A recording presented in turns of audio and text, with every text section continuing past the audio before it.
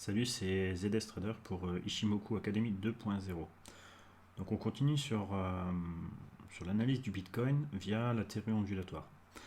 Donc hier, on a eu cette belle bougie donc, qui est arrivée justement sur ce qu'on va appeler un NKB, donc un jour de changement.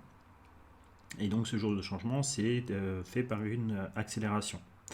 Donc on va mettre à jour la fluctuation du 24 février. Elle est ici. Voilà. Donc là, c'est la mise à jour. Donc par rapport à, si vous regardez l'analyse d'hier, vous allez voir que on avait que les zones N et E qui avaient été tracées avec les lignes de force. Cette accélération ici s'est faite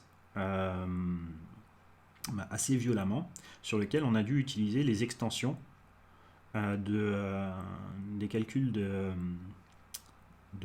cible, pardon. Donc les calculs 3N, 3E, 4N, 4E qui ont dû être utilisés pour continuer à cadrer ce mouvement. Donc ce mouvement, cette fluctuation devrait nous amener jusqu'au prochain NKB qui est situé sur la zone du 19 mars. Donc c'est ça qui est important d'observer. Et on a prolongé ces lignes de force pour pouvoir cadrer ce mouvement dans le futur. Donc toutes les lignes de support qu'on va retrouver, donc 4380 points, on a une ligne de support à 3565 points, le but étant de voir si à l'approche de ces lignes de support, eh bien, il y a une réaction où le mouvement se stoppe, qu'on change au niveau des lignes de force, et pour amener et voir ce qui va se passer à la fin, justement, au niveau de ce NKB du 19 mars. Donc l'importance là maintenant, c'est d'observer simplement ce point. On voit qu'il y a eu réaction sur les 4380 après avoir percé et donc suivi cette ligne de force. Donc pour le moment, on suit cette ligne de force. Donc cette ligne de force là, il faudrait mieux pas trop la suivre puisque elle descend vraiment très bas. Donc l'intérêt c'est de voir. Donc là on voit que la bougie est en train de squeezer entre deux lignes de force. Et donc si elle venait à suivre maintenant cette ligne de force ici, eh bien on aurait la projection de revenir sur ce seuil de 4380 points et voir pour le 19 mai plutôt vers 2765 points.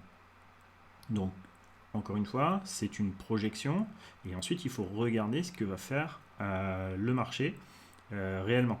Donc, tant qu'on ne sort pas de l'influence de ces lignes de force et tant qu'on ne dépasse pas le prochain NKB, eh bien, il est difficile là de voir autre chose que de la baisse.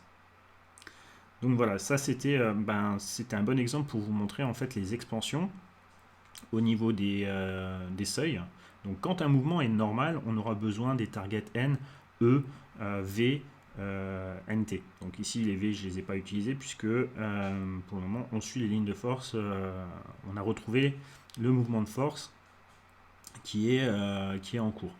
Donc, et ensuite dès que vous avez un mouvement comme ici où vous avez une bougie qui a vraiment littéralement explosé, eh bien vous avez besoin de ces extensions pour pouvoir cadrer ce mouvement. Voilà ce qu'on pouvait dire sur le Bitcoin aujourd'hui. Donc un rebond pour le moment à 4380, mais ça veut absolument rien dire malheureusement. On ne peut pas dire que c'est significatif.